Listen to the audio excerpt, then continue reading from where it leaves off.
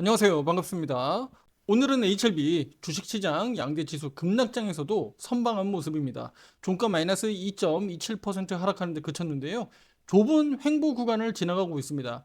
다음 주 HLB에게도 급락에 대한 분수령이 될 것으로 보고 있는데 그 빅 이벤트가 어떤 내용인지, 그리고 단기적으로 주목해야 될 테마주 어떤 게 있는지 짚어보도록 하겠습니다. 구독, 좋아요, 알림 설정 잊지 마시고요. 투자 판단에 도움되길 바라겠습니다.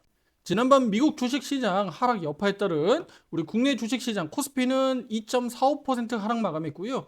코스닥은 2.03% 하락 마감했습니다. 자, 그렇다면 간밤에 우리 미국 나스닥 선물지수는 저가 마이너스 1.28% 하락하기도 했었는데요. 낙폭을 줄이면서 종가는 0.44% 하락하는 데 그쳤습니다. 하지만 국내 주식시장은 크게 반응했고요.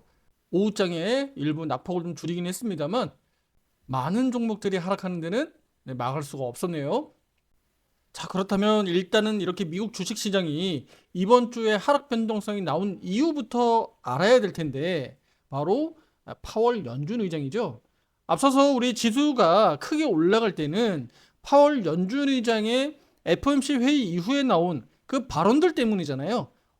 연말 하반기로 가면서 금리 2번이나 인하할 수 있어 라고 발언했기 때문인데, 지난 23일 연설에서는 또 다른 말을 했어요. 향후 금리 인하에 대해서 신중을 기해야 한다라고 언급한 거예요. 그리고 이번 주에 주요 연준 위원들도 유사한 메시지를 내놓으면서 투자자들에게 실망감으로 다가왔습니다.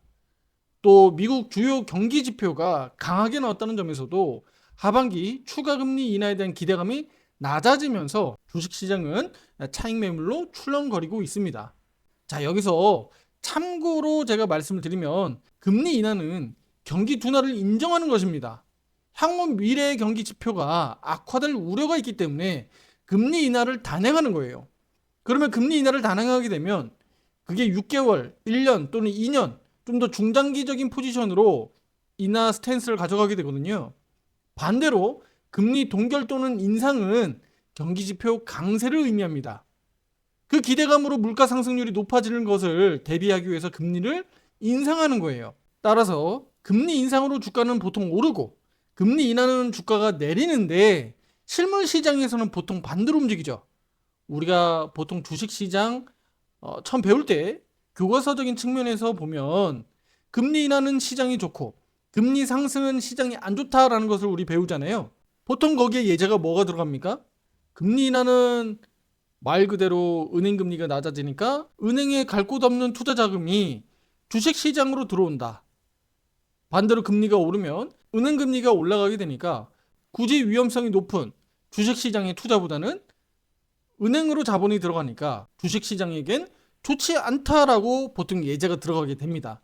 하지만 시차를 두고 주가 지수가 선반영되기 때문에 사실 실물 시장에서는 괴리가 발생됩니다.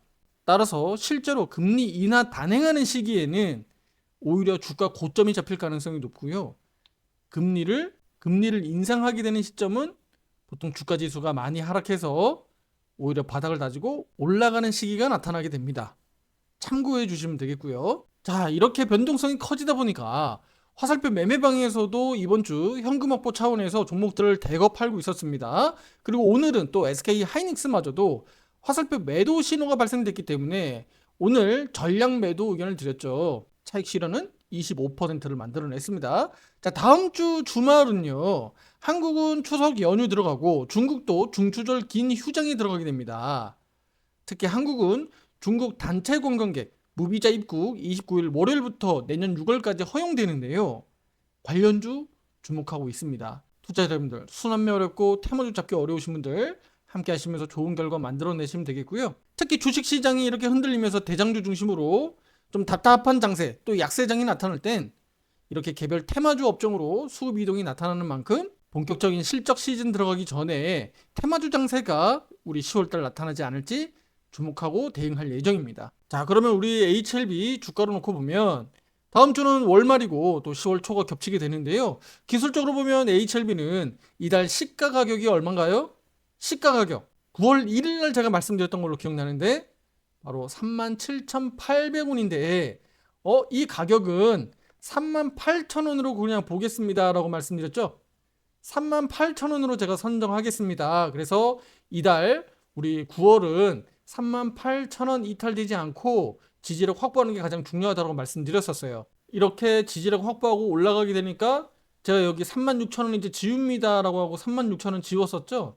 그리고 38,000원이 지금 하방 경직성이 탄탄한 구조로 이어지고 있어요. 자, 그런데 9월 말일이 앞으로 2거래일 남았습니다. 다음 주 월요일, 화요일 2거래일 남아있는데 그 사이에 38,000원이 무너지면 안 되겠죠. 이 가격이 무너지면 어떻게 될까요? 그동안에 신뢰하고 홀딩 유지하거나 또는 신규 매수 들어갔었던 투자자들이 실망하겠죠.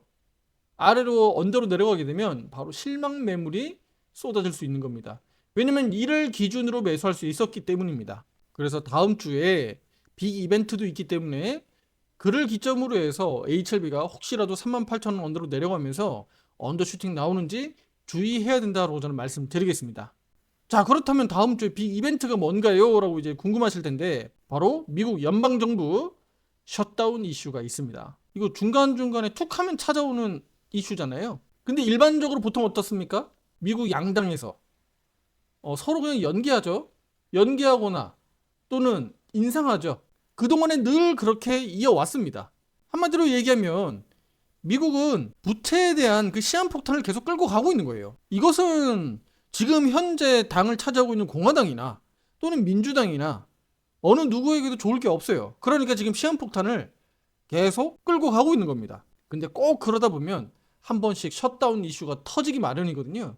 더군다나 주가가 최근까지도 연일 고점을 이어가고 있었기 때문에 월가에서도 주목하고 있을 거라고 생각이 됩니다. 그래서 악재를 만들기 좋은 시기이기도 하기 때문에 미국 연방정부 셧다운 이슈는 다음 주에 주목해야 될 이슈입니다. 날짜상으로 보면 미국 현지 날짜로 30일이니까요. 한국 시각으로 보면 30일과 10월 1일은 혹시 변수가 크게 발생될 수 있으니까 주의 경계해야 된다는 점 다시 한번 말씀드리겠습니다. 자, 그러면 아니 나도 들어보기는 많이 들어봤어. 그 셧다운 얘기 많이 들어봤는데 대체 그 연방정부 셧다운 되면 뭐가 우려가 되는 거야? 미국 시장 크게 급락하는 것 같긴 한데 그 핵심적인 내용이 뭐야? 라고 궁금해하실 수 있어요. 그거 지금부터 좀 말씀을 드릴게요. 세 가지로 그 중요한 점을 제가 강조드릴 수 있습니다. 자, 첫 번째는요. 바로 미국 예산안이 통과되지 않았다는 점이에요. 미국 정부는 매년 의회를 통해서 예산안을 승인받아야 되는데 하원과 상원이 있잖아요. 그리고 대통령과의 의견 충돌로 인해서 예산안이나 임시지출 법안들이 제때 통과되지 못하면 바로 연방정부는 셧다운 발생이 됩니다. 자, 그럼 셧다운, 문 닫는다는 얘긴데 그럼 그게 대체 뭐냐? 바로 정부 기능이 상실된다는 거예요. 셧다운 된다는 얘기는 바로 국방, 그 다음에 의료, 그 다음에 치안, 아주 핵심적으로 우리가 알고 있는 그 필수 부문을 제외하고요. 연방정부 부처와 주요 기관들은 업무를 다 멈추게 됩니다. 다 스톱되는 거예요. 그 수많은 공무원들이 무급 휴직이 들어가게 됩니다. 유급 휴직이 아니에요. 무급 휴직이 들어가는 거예요. 그렇게 되면 단기적으로 소비 둔화, 경기 전반으로 불확실성, 투자 심리가 위축될 수 있는 겁니다. 그래서 이 부분이 매우 중요하다는 겁니다. 그리고 세 번째 마지막으로 정치적 불확실성이 확대되는 거예요.